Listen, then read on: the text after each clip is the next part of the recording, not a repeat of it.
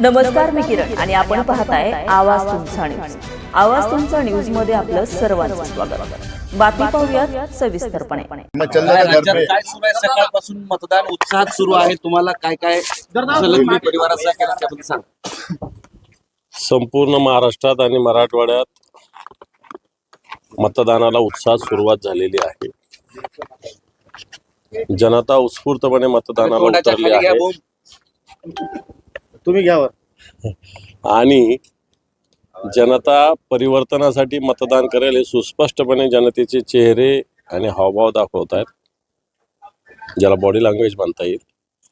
कारण हे सरकार, आताचं सरकार हे महाराष्ट्रातलं शेतकऱ्याच्या विरोधातलं आहे. जनतेशी देणं घेणं नसलेलं सरकार, गद्दारांचं सरकार, पक्ष फोडणाऱ्यांचं सरकार, ईडीचं सरकार, इन्कम टॅक्सवाल्यांचं सरकार या महाराष्ट्रात आहे. आपण याच्याविषयी जनतेच्या मनात प्रचंड रोष आहे. काल भारतीय जनता पार्टीचे राष्ट्रीय सरचिटणीस पैसे वाटताना पकडले. याच्यापेक्षा दुर्दैव ते महाराष्ट्राचं कोणतं असू शकतं? भ्रष्टाचारातून जमा केलेला हा पैसा आहे. हे पैसे कुठून आले? 5 कोटी रुपये कोणाच्या खात्यातून आले? स्पष्ट आलं पाहिजे. आणि ठिकठिकाणी ज्यावेळेस रात्रभर रिव्ह्यू घेत होतो तर सगळे सत्ताधारी पक्षाचे लोक पैसे वाटण्यात मग्न होते. पोलीस यंत्रणा मेजॉरिटीने त्यांना सहकार्य करत होती.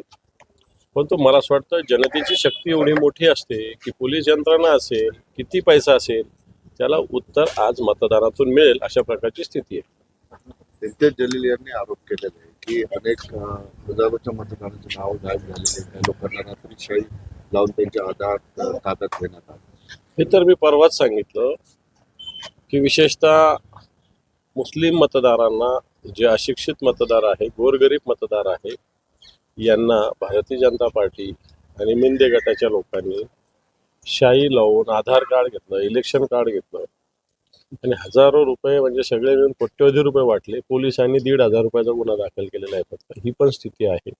इम्तियाज जलील यांचा आरोप खोटा नाही, इम्तियाज जलील यांचा आरोप खरा आहे. मतदार याद्या आधीपासूनच आम्ही अभ्यास केला, आणि एकदा मतदार यादी फायनल झाल्याच्या काही करता येत नाही. जाणीवपूर्वक काही तरुण मुलं आणि म्हातारे यांचं मतदान कुठंतरी लांब दुसऱ्या मतदार यादीला, जे घराजवळ होतं ते 2 किलोमीटर दूर, 1.5 किलोमीटर दूर असं केलेलं आहे. मतदार यादी ती प्रकार प्रशासनाची काही जागेवर केले. निश्चित याचा अभ्यास चालू आहे. परवाचा निकाल लागल्यानंतर याच्यात निवडणूक आयोगाला याचा निश्चित जाब विचार.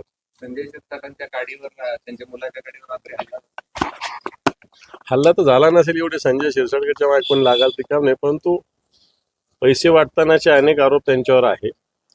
आणि काल परवा कोणी महाराज येऊन मराठा समाजाच्या विषयी त्यांनी जे वक्तव्य केलं, त्याच्यामुळे सुद्धा एक मराठा समाजाच्या मुलामध्ये मोठा रोष निर्माण झाला. काल बऱ्याच जणांचे फोन आले, त्याच्यातल्या एखाद्याची प्रतिक्रिया असू शकते. बिटकॉईनचा जो विषय आहे, मतदानाचे काही तास आधी काढून सुप्रिया सुळे, नाना पटोलेला त्याच्यामध्ये इन्व्हॉल्वमेंट आहे, भाजपने फार गंभीर आरोप.